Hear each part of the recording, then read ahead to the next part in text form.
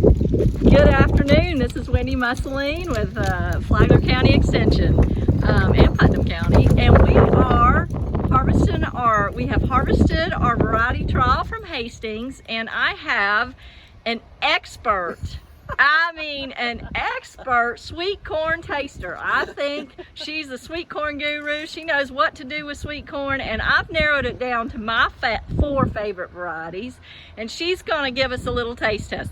I'm going to introduce to you Wanda Clegg. She is a Bunnell native and farmed all her life, and let me tell you, she knows a lot about sweet corn, so we're going to take her opinion. She's going to try. The first one she's going to try is the BSS 1075. Okay. Yep. This is raw. These are not cooked kernels. Oh my goodness, that's sweet. Oh my goodness. That one's really good. That one's really good. Okay. Okay. All right. Yeah, get your palate clean. Okay, now we've got Obsession.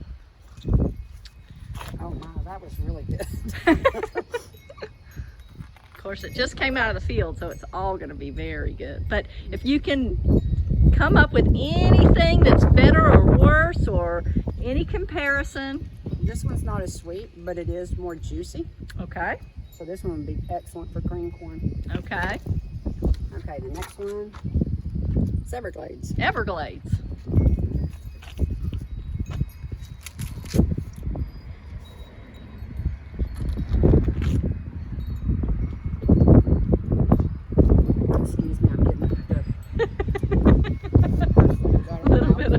Husk out of your mouth, yes. Little tassels.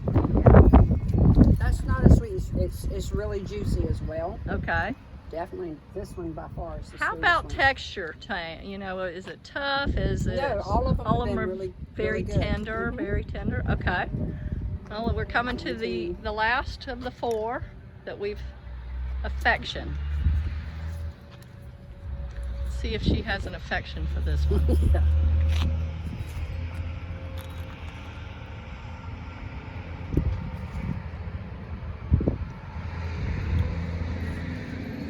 This one's different.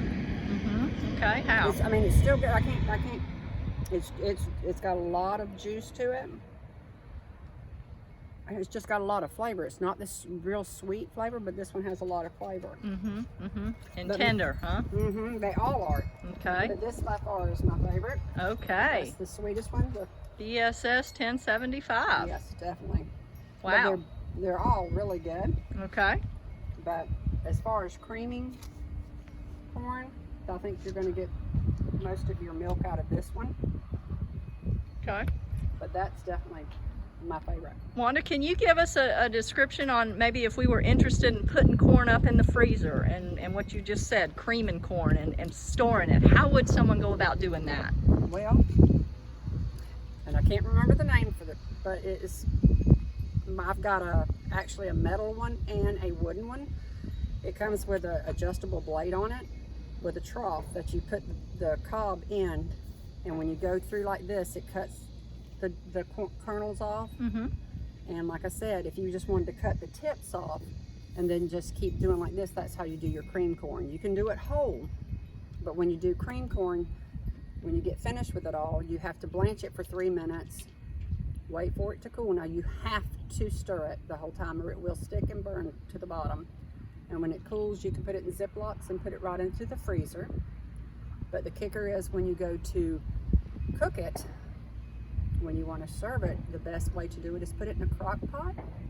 And I always put a stick of butter in mine and let it come naturally, warm up naturally, because if not, you have to stir constantly or it will scorch.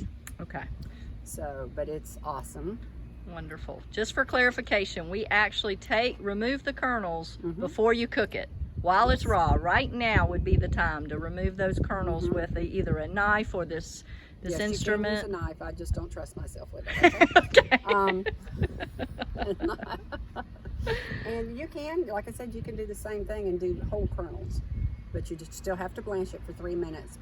And like I said, let it cool and then put it in Ziplocs, put it in the freezer, and then you're good to go. Perfect. Thank you so much, Wanda. We appreciate your expertise.